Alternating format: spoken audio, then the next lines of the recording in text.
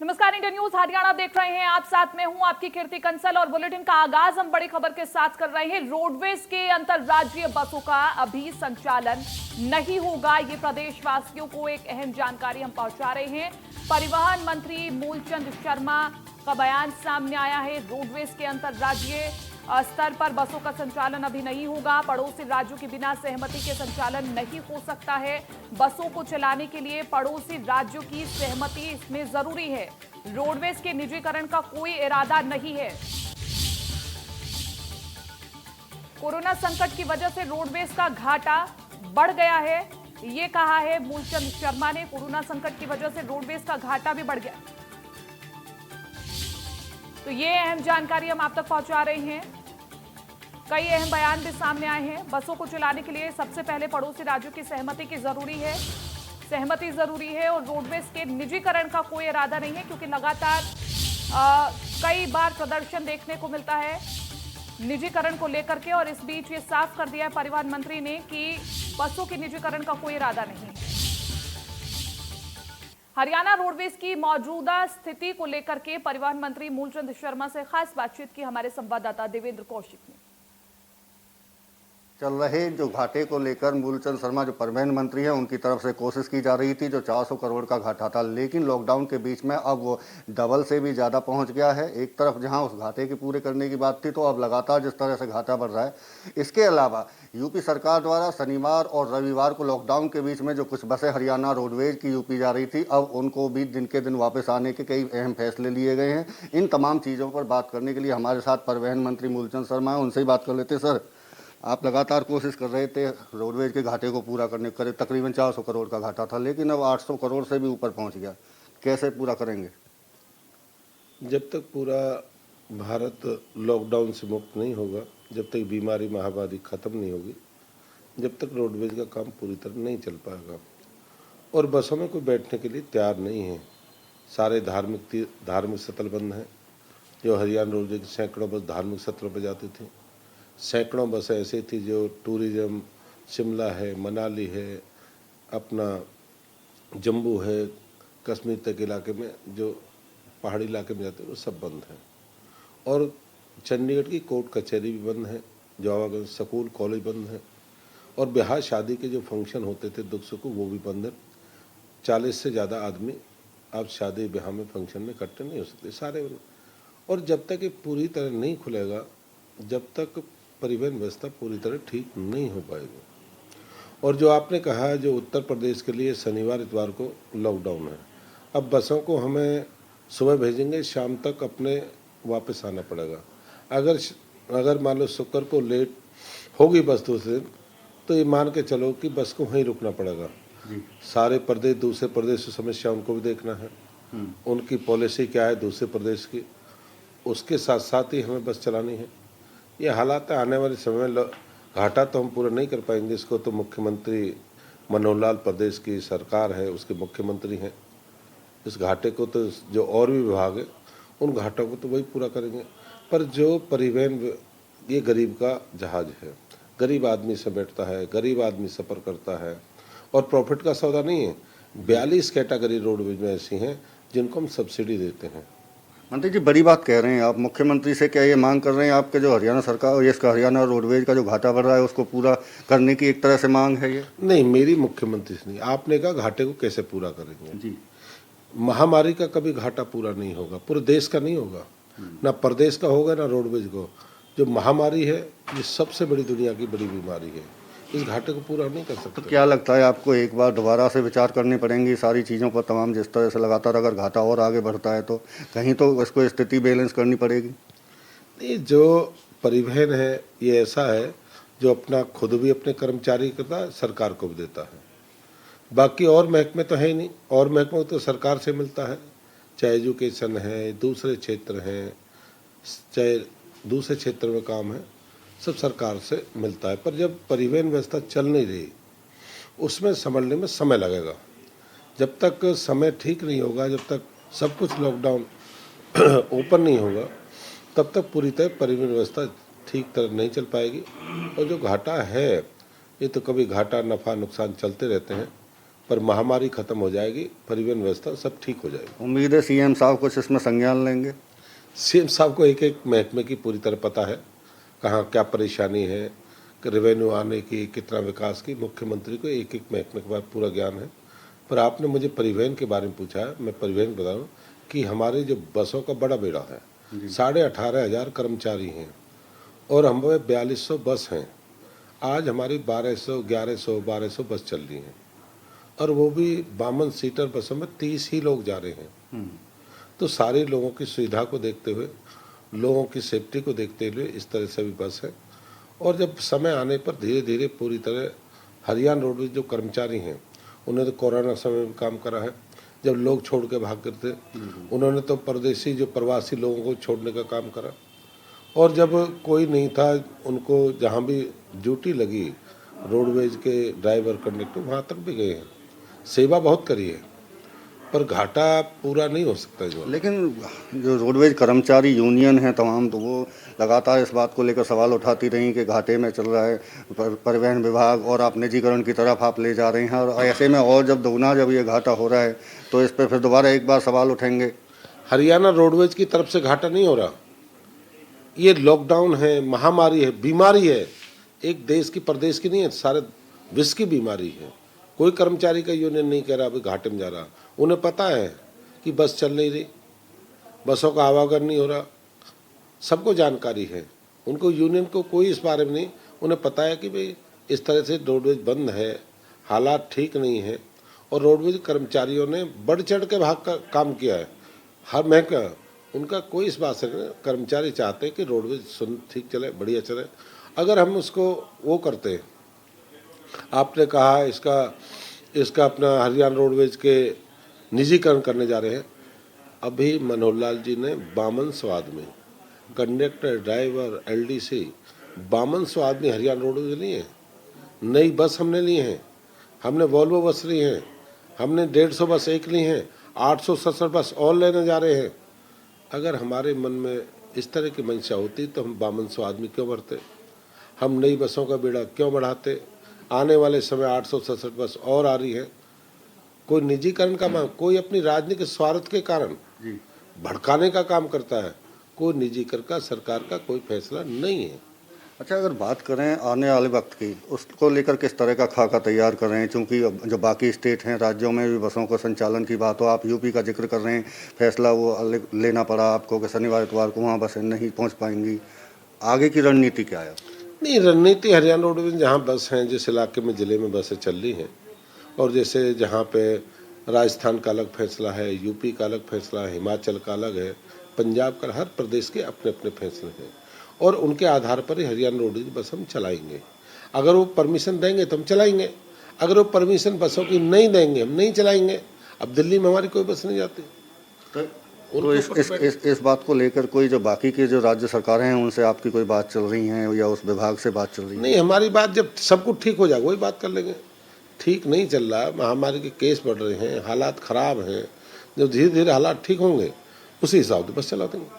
तो ये थे हमारे साथ परिवहन मंत्री मूलचंद शर्मा, जिनका साफ तौर से कहना है कि जो हरियाणा रोडवेज का घाटा है वो वैश्विक बीमारी की वजह से है और कहीं ना कहीं सरकार को इस बात का पता है और इस घाटे को पूरा करने की उनकी तरफ से और सरकार की तरफ से पूरी कोशिश रहेगी। इसी के साथ साथ में बाकी राज्यों में हरियाणा रोडवेज की बसों के संचालन को लेकर अभी कोई फैसला नहीं किया गया। तमाम जो राज्य सरकारें हैं, जब तक उनकी सहमति नहीं मिली उसके बाद में ही बसों को चलाया जाएगा। फरीदाबाद से देवेंद्र कौशिक, इंडिया न्यूज, हरियाणा पर। तो ये अहम जानकारी हम आप तक पहुंचा रहे। कैबिनेट मंत्री मूलचंद शर्मा का बयान, प्रदेश के जिलों में खनन गतिविधियों पर फिर से कार्रवाई शुरू होगी। प्रस्ताव मंजूरी के लिए सीएम के पास भेजा जाएगा। प्रदेश के जिलों में खनन गतिविधियां फिर से शुरू होंगी। प्रस्ताव मंजूरी के लिए सीएम के पास भेजा जाएगा प्रस्ताव। और दूसरे राज्यों से यमुना रेती महंगी आती है, ये भी उन्होंने कहा। पूरे प्रदेश के लिए एक ऐप भी तैयार की जाएगी और ऐप के जरिए ओवरलोड वाहनों पर शिकंजा कसा जाएगा। तो ये अहम जानकारी हम आप तक पहुंचा रहे हैं। खनन मंत्री मूलचंद शर्मा का बयान, अवैध खनन पर रोक लगाने के लिए भी प्रस्ताव भेजा गया है। क्या है कि हमारे फरीदाबाद का, पलवल का लंबे समय से जो अपना रेती का है ये खनन बंद था और कई बार ये कोर्ट में गया था। उसके बाद खनन के जो रास्ते हैं उसे हम खोलने की तैयारी कर रहे हैं। जो फाइल मुख्यमंत्री की मंजूरी के बाद हम जल्दी पलवल और फरीदाबाद के खनन को खोलेंगे और सरकार के राजस्व में लाभ मिलेगा और खनन माफिया पर लगाम लगाने का काम होगा। नहीं, वो तो क्या है कि वो तो मंजूरी मिलने के बाद इससे लाभ मिलेगा। जो माफिया है खनन माफिया से लगाम लगेगा। आम लोगों को सस्ते रियायती दरों पर रेती मिलेगी जो उत्तर प्रदेश से आती है या दूसरे माफियाओं के थ्रू जो रेती बिकती है, लोगों को मकान बनाने में। इस बीच एक और अहम जानकारी, कुरुक्षेत्र के लाडवा में फ्रूट एक्सपो का उद्घाटन होगा। कृषि मंत्री जेपी दलाल ने उद्घाटन किया है। आम, नाशपाती, लीची, अनार का 5 दिन तक मेला लगेगा। मेले में 275 किस्म से ज्यादा के आम भी देखने को मिलेंगे। पंचकुला में इस बार मैंगो मेला नहीं हो रहा है। तो ये अहम जानकारी, कुरुक्षेत्र में फ्रूट एक्सपो का उद्घाटन किया गया। आपको बता दें कि पंचकुला में हर साल मैंगो मेला लगता है, लेकिन इस बार मैंगो मेला पंचकुला में नहीं लग रहा है। कुरुक्षेत्र के लाडवा में फ्रूट एक्सपो का मेला चल रहा है।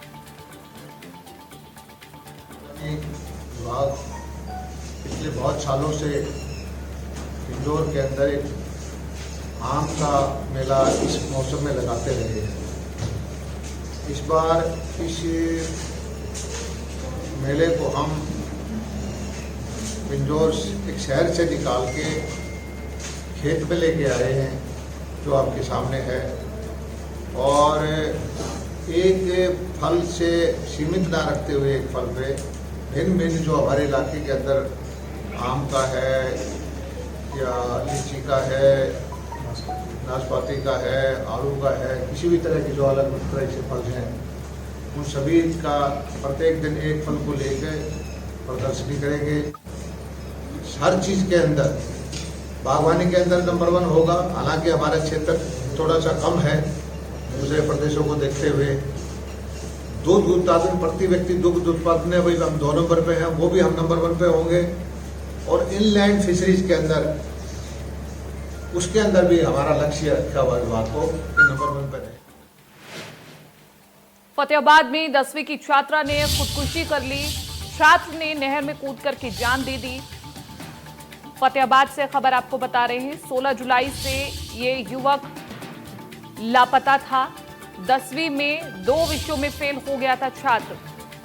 16 जुलाई से लापता था युवक लवप्रीत और आत्महत्या इस वजह से इस छात्र ने कर ली। फतेहाबाद में 10वीं के छात्र ने खुदकुशी कर ली है और 2 विषयों में फेल हो गया था। इस वजह से उसने अपनी जीवन लीला समाप्त करना उचित समझा। फतेहाबाद में 10वीं के छात्र ने खुदकुशी कर ली। तो ये एक बड़ी खबर, हताश विद्यार्थी ने अपनी जीवन लीला समाप्त कर ली। फतेहाबाद में 10वीं के छात्र ने नहर में कूद करके अपनी जान ले ली। 16 जुलाई से ये युवक लापता था। 10वीं में 2 विषयों में फेल हो गया था छात्र और इसके बाद इस छात्र ने अपनी जीवन लीला समाप्त करने का फैसला लिया। जितेंद्र मूंगा ज्यादा जानकारी के लिए इंडिया न्यूज संवाददाता फोन लाइन पर हमारे साथ जुड़ चुके हैं। जितेंद्र, अगर ये छात्र 16 जुलाई से लापता था तो क्या शिकायत दर्ज कराई गई थी पुलिस में और पुलिस ने क्या कुछ कार्रवाई के लिए कहा था? जी हाँ, इस मामले में परिजनों के द्वारा जो शिकायत पुलिस को दी गई और पुलिस द्वारा ही छानबीन शुरू की गई। इसकी जो मोटरसाइकिल है वो भाखड़ा नहर के पास मिली थी, तभी से इसकी जो तलाश की जा रही थी और भाखड़ा नहर से अब इसका शव जर्रा जो बरामद किया गया है और डिप्रेशन में काफी चल रहा था। 17 वर्षीय गांव सहनाल का रहने वाला है मृतक लवप्रीत और डिप्रेशन में ही आ गया। 10वीं के इसके 2 पेपरों में जो फेल होने के चलते डिप्रेशन में आया, उसके बाद उसने नहर में छलांग लगाकर आत्महत्या कर ली।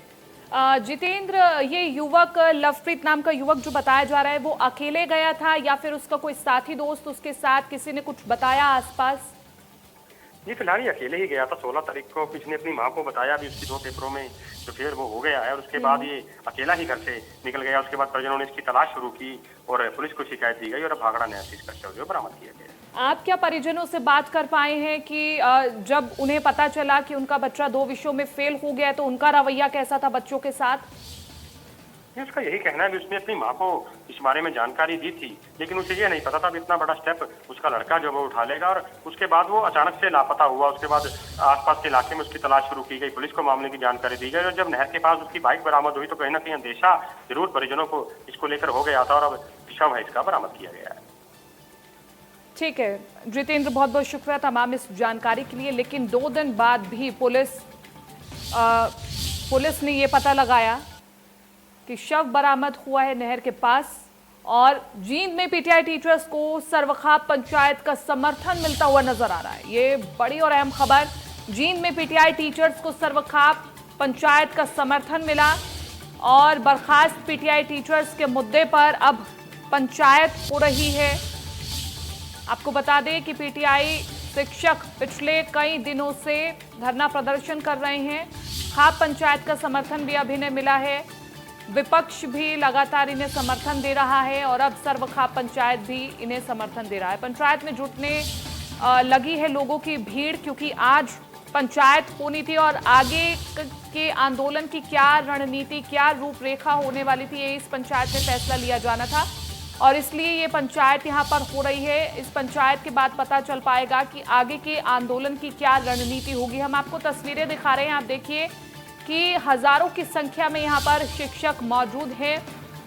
पंचायत में लोगों की भीड़ जुटने लगी है। आपको बता दें कि सर्वखाप पंचायत ने पहले समर्थन दिया था और उसके बाद बड़ी पंचायत होनी थी और सभी शिक्षकों की निगाहें इस पर थी। यमुनानगर में कोरोना से तीसरी मौत, ये बड़ी और अहम खबर आप तक पहुंचा रहे हैं। यमुनानगर में कोरोना से तीसरी मौत, ये अहम जानकारी हम आप तक पहुंचा रहे हैं। लगातार कोरोना की वजह से मृत्यु दर का आंकड़ा भी बढ़ता जा रहा है, कोरोना अपने पैर पसारता जा रहा है।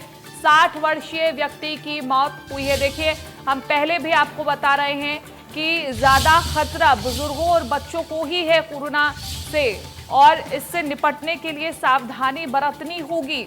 यमुनानगर में कोरोना से तीसरी मौत आई है, ये दुखद खबर, तीसरी मौत दर्ज की गई है। मुलाना अस्पताल में इलाज के दौरान दम तोड़ दिया इस 60 वर्षीय बुजुर्ग ने। यमुनानगर में कोरोना से तीसरी मौत।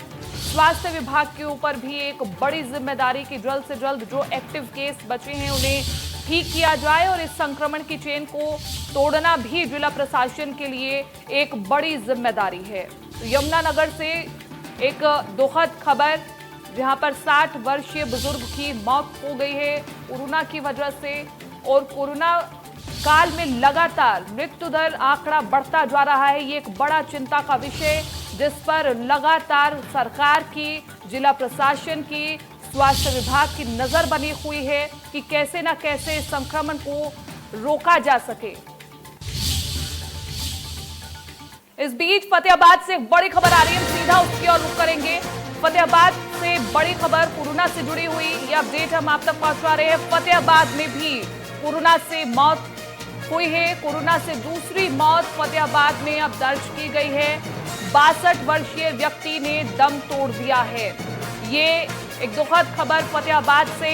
लगातार मौत का आंकड़ा बढ़ता जा रहा है प्रदेश में और इसलिए चिंता लगातार बढ़ती जा रही है। कोरोना से दूसरी मौत हुई है। हालांकि प्रदेश सरकार लगातार बैठकें कर रही है, इस पर नई रणनीति बनाई जा रही है, टेस्टिंग पर जोर दिया जा रहा है, कोविड अस्पतालों का विस्तार किया जा रहा है, लेकिन फिर भी ये स्थिति कंट्रोल में होती हुई दिख नहीं रही है और ये एक बड़ी जिम्मेदारी आप सभी पर भी कि आपको सावधानी बरतनी होगी। कोरोना की चेन को तोड़ना सबकी जिम्मेदारी है क्योंकि लगातार मृत्यु दर का आंकड़ा बढ़ रहा है और ये बड़ा चिंता का विषय, क्योंकि लगातार मृत्यु दर का आंकड़ा बढ़ता है तो कहीं ना कहीं स्वास्थ्य विभाग भी पैनिक जरूर होता है।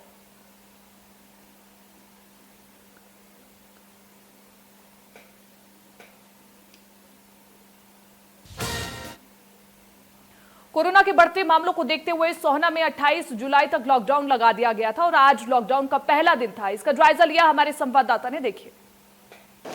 गुरुग्राम जिले में लगातार जिस तरह से कोरोना वायरस के मामले बढ़ रहे थे, उसको मद्देनजर रखते हुए सोहना इलाके में संपूर्ण लॉकडाउन जैसी स्थिति है। आप खुद देख सकते हैं कि किस तरह से पूरा शहर को बैरिकेड किया गया है। ये मेन रास्ता है और ये मुख्य द्वार होने के कारण अब यहाँ पूरी तरह से बैरिकेड्स किया गया है और जो लोग यहाँ आ रहे हैं बाकायदा उनको वापस भेजा जा रहा है। कोशिश यही है कि जिस तरह से जो लगातार मामले बढ़ रहे थे कोरोना के, उन पर किस तरह से नकेल कसी जाए और इसी को लेकर लगातार यही प्रयास है जिला प्रशासन का और पुलिस विभाग का कि पूरी तरह से जो लोग हैं वो अपने घरों के अंदर रहें, क्योंकि जिस तरह से संक्रमण लगातार बढ़ा है तो उसके चलते कहीं ना कहीं एक बड़ी परेशानी ये खड़ी हो गई है कि लगातार कोरोना वायरस के मामले बढ़ रहे हैं, पॉजिटिव मामले लगातार बढ़ रहे हैं, संक्रमण लगातार बढ़ रहा है। क्योंकि गुरुग्राम के साथ साथ जिस तरह से सोहना इलाके में भी कंटेनमेंट जोन बनाए गए थे और कंटेनमेंट जोन बनाने के बाद ये सुनिश्चित किया गया कि किस तरह से मामले, किस इलाके से मामले ज़्यादा आ रहे हैं और जो टेस्ट की संख्या यहाँ बढ़ाई गई थी तो टेस्ट की संख्या बढ़ाने के बाद पूरी तरह से ये सुनिश्चित किया गया कि किस इलाके से कितने केस हैं और उसके बाद ये निर्णय लिया गया। इस वक्त आप देख सकते हैं कि सोहना के जो मुख्य द्वार पर जो दुकानें हैं वो भी बंद हैं। बाकायदा एसेंशियल सर्विसेज की दुकानें ज़रूर कुछ खुली हैं, लेकिन इसके अलावा जो दूसरे व्यावसायिक गतिविधियां हैं वो पूरी तरह से उन पर पाबंदी लगाई गई है, बंद किए गए हैं, क्योंकि ये पहले ही सुनिश्चित किया गया था जिला प्रशासन की तरफ से टेस्ट कराकर कि जिस इलाके से सबसे ज़्यादा मामले आ रहे हैं उसे कंटेनमेंट जोन में रखा जाएगा। लेकिन उसके बाद भी जिस तरह से संक्रमण बढ़ रहा था तो उसके बाद ये निर्णय लिया गया कि फिलहाल सोहना में पूरी तरह से संपूर्ण लॉकडाउन की स्थिति रहेगी, लोग अपने घरों के अंदर रहें, एसेंशियल सर्विसेज की दुकानें ही सिर्फ खुलेंगी, इसके अलावा कोई गतिविधि नहीं चलेगी। इसके अलावा बाकायदा पुलिस ने शहर के अलग अलग रास्तों पर बैरिकेड्स किए गए हैं जिससे कोई व्यक्ति घरों से बाहर ना निकले और बेवजह बाहर ना घूमे, क्योंकि जो संक्रमण बढ़ रहा है उसे रोकने के लिए सुनिश्चित करना होगा। लोगों की अपनी जिम्मेवारी भी समझनी होगी, क्योंकि लोग अपनी जिम्मेवारी समझेंगे तो निश्चित तौर पर इस अदृश्य दुश्मन को मात दी जा सकती है। गुरुग्राम से कैमरामैन जगदीश तोमर के साथ देवेंद्र भारद्वाज, इंडिया न्यूज। एक छोटा सा ब्रेक, लेकिन आप बने रहिए इंडिया न्यूज हरियाणा के साथ।